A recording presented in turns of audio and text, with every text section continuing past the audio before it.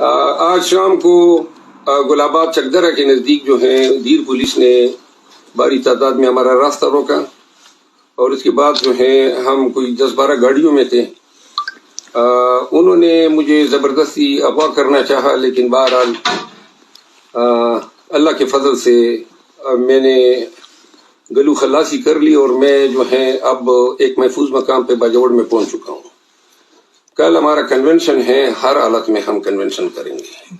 باجوڑ کے غیور عوام کو میں کہنا چاہتا ہوں کہ میں بڑی سارے راستے جو ہیں پولیس کے ساتھ یہ آنکھ مچولی جاری رہی، لیکن آپ کے لیے میں آیا ہوں۔